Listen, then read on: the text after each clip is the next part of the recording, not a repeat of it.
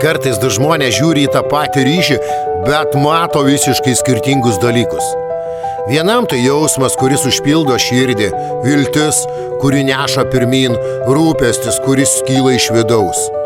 O kitam tik trumpalaikė pramoga, laiko užpildymas tarp kitų planų, tarp kitų žmonių, tarp kitų tikrų tikslų. Vienas laukia žinutės su virpuliu, o kitas atrašo tik tada, kai nėra ką veikti. Vienas laukia susitikimo, o kitas iš anksto ieško pasiteisinimo, kaip jo išvengti. Vienas jaučiasi laimingas, būdamas šalia, o kitam tai tik patogumas, priedas prie kasdienybės, bet ne jos dalis. Ir skaudžiausia ne tai, kad jausmai nevienodi, skaudžiausia tada, kai supranti, kad visa tai, kas tau atrodė tikra, kažkam te buvo laikina. Tau tai kelias, o kitai pusiai sustojimas.